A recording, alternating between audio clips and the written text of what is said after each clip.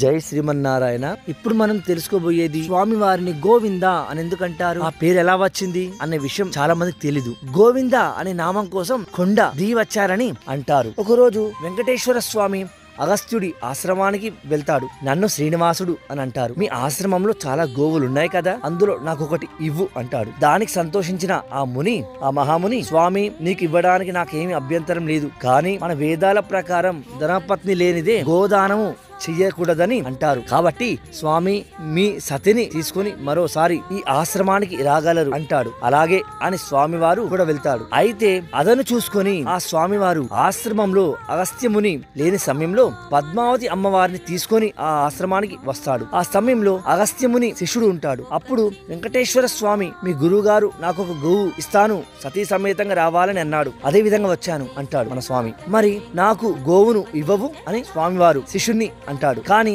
అతడు, స్వామి ఈ సమయంలో మా గురువు గారు ఆశ్రమంలో లేరు, కాబట్టి మీరు మరోసారి ఆయన ఉన్నప్పుడు రాగలరు అని కోరుతాడు. దానికి ఆగ్రహించిన వెంకటేశ్వర స్వామి తిరుమల కొండవైపు గబగబా నడుచుకుంటూ వెళ్ళసాగాడు. అంతలో అగస్త్యముని ఆశ్రమానికి వస్తాడు. శిష్యుడు జరిగిన వృత్తాంతాన్ని గురువుతో చెప్తాడు. దాంతో అగస్త్యుడు తన శిష్యునితో పాటు మరి కొంత మందిని తన వెంట పెట్టుకుని గోవును తీసుకొని స్వామివారి వద్దకు పరిగెడతారు. వెంకటేశ్వర స్వామిని కొద్ది దూరంలో చూసి సామి సామి అని గట్టిగా పిలుస్తారు. ఆయన ఆగ్రహంతో స్వామి పలకరు. మళ్ళీ వారు గో వింద అని అంటారు. గోవా అంటే గోవు అని, వింద అంటే ఇదిగో అని. అయినా స్వామి వారు పట్టించుకోకుండా ముందుకు సాగుతారు. స్వామి గోవింద గోవింద, స్వామి గోవింద, స్వామి గోవింద అని అరవసాగుతారు. అంటుండగానే స్వామి వారు ఆలయానికి వెళ్లి అదృశ్యమైపోతారు. స్వామి వారికి గోవింద అనే పేరు అంటే అంత ఇష్టం కాబట్టి కొండ దిగి వచ్చాడు. ద్వాపర యుగంలో ఇంద్రుణ్ణి సంతృప్తి పరచడానికి గోపాలులు ఇంద్రుణ్ణి పూజిస్తారు. దాన్ని కృష్ణుడు మనం గోపాలులం,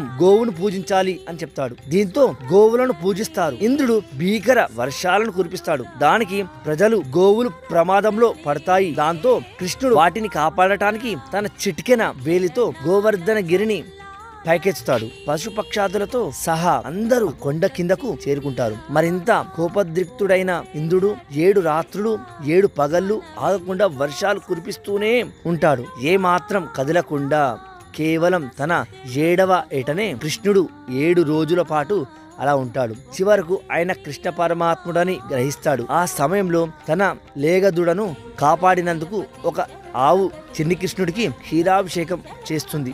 గర్వం తగ్గిన ఇంద్రుడు, నేను దేవతలకు మాత్రమే అధిపతిని, మీరు గోవులకు కూడా, కాబట్టి మీరు ఇప్పటి నుంచి గోవింద అని పిలువబడతారు అంటాడు. గోవింద అని పిలిస్తే కేవలం వెంకటేశ్వర స్వామి మాత్రమే కాదు, విష్ణువు కూడా పలుకుతాడు.